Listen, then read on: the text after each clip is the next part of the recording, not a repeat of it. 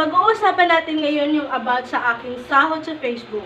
So marami akong nakikitang comment na sana ay mapili daw sila sa aking pag-giveaway or pasahod, mabigyan sila ng konting blessing sa ating sahod. So, syempre naman, kapag tayo nagsasahod sa Facebook, unang-una natin iniisip ay yan talaga. Dahil unang pumasok ako sa aking pag-Facebook page or pag-vlogging, ay yun na talaga yung una kong iniisip na sana makatulong ako kagaya ng ibang napapanood ko na nagbibigay sila ng tulong sa maraming tao.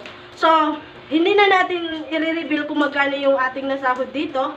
Ang ipapakita ko na lang kung paano yung proseso ng ating Facebook page kapag dumating na yung sahod natin.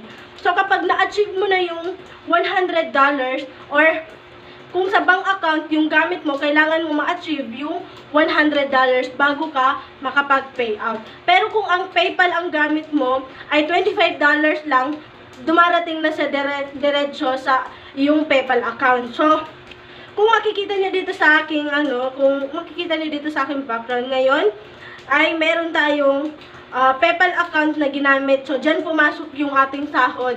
Nitong October 23 siya pumasok. So, sa PayPal, kapag PayPal yung ginamit mo, agad-agad siya dumarating. 2 to 3 hours lang, darating na siya sa PayPal account mo. Pero pag bank account ang gamit mo, inaabutan siya ng 7 days or 5 days. Pagdating ng sahod mo sa yung PayPal account, pwede mo siyang i-transfer through GCash or bank account. Kung wala kang bank account, pwede siyang i-transfer sa GCash. Pero, mag-aantay pa tayo bago natin makuha talaga yung totoong pera natin sa ating sahod. Nag-aantay pa tayo ng 2 to 4 days bago natin makuha o dumating doon sa bank account natin. Kapag bangko yung ginamit natin. Katulad na lang nito sa akin, ay tinransfer ko to sa bangko ni Mr. dahil wala pa akong bangko, tapos ayaw pa gumana sa GCash ko kasi kailangan pag tinransfer mo sa GCash or bangko ay pareho sila ng pangalan doon sa PayPal. Hindi mo pwede gamitin na sample, ako, pangalan ko sa PayPal tapos ito transfer ko sa pangalan ng Mr. ko sa GCash niya. Hindi kasi pwede yung ganun. So, GCash pa lang yung gamit ko. So, yung PayPal na ginamit ko dito ay nakita nyo naman, pangalan siya ng aking Mr. So, yan. So, bangko niya ay bangko pa rin ng aking Mr. ang ginagamit ko. So, ayun, marami akong nababasa na comment na hindi kaaya-aya at hindi talaga maganda.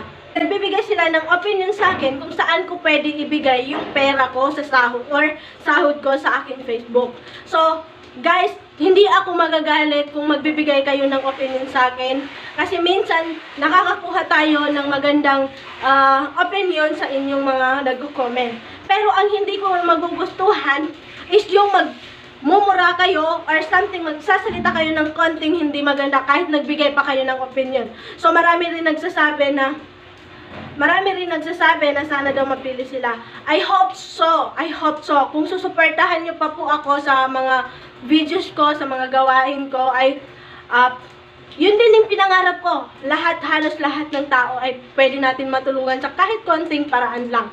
Pero sa ngayon, ang daming nagre-reklamo, nag-PPM sa akin na scammer daw ako kasi hindi ko naman daw sila pinipili, baka sa pamilya ko lang daw binibigay.